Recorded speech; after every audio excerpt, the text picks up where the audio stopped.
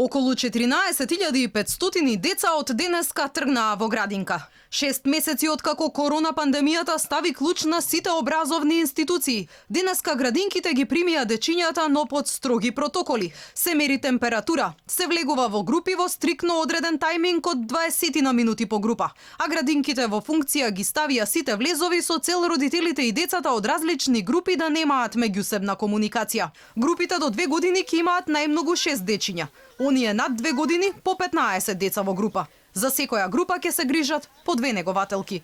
Се одвива група по група во одреден тајминг, па да се прави дезинфекција на просторот и проветрување, сето тоа се испочитува. Дојдоа половина од децата кои што донесоа комплетна документација, се надеваме дека до крајот на неделата ќе се пополни таа бројка и дека ќе видиме сите во добро здравје и дека ќе се навикнеме на новото нормално.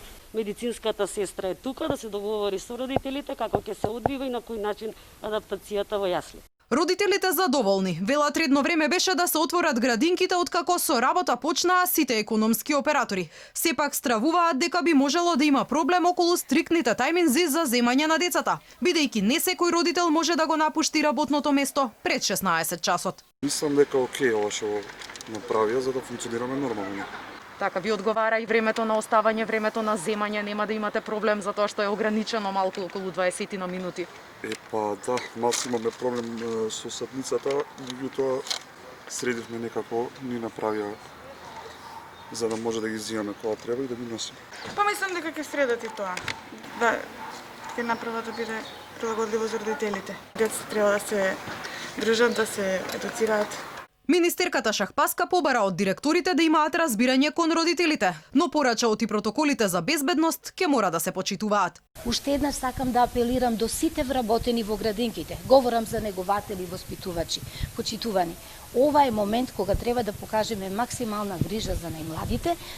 Не треба да комуницираат меѓу себе во текот на работниот ден, физички контакт во смисла пиење на кафе или пауза заедничка на вработените, затоа што секој воспитувач и неговател е одговорен за групата деца за кои што се грижи. Не е ова како порано паузите да се користат во заеднички простори. Според податоците на Министерството за труд и социјална политика, околу 260 негователи во градинките се ослободени од работа согласно мерките на владата. Засега од Министерството велат оти нема недостаток на кадар, но доколку се појави таков случај, местото ќе мора да го пополни локалната самоуправа.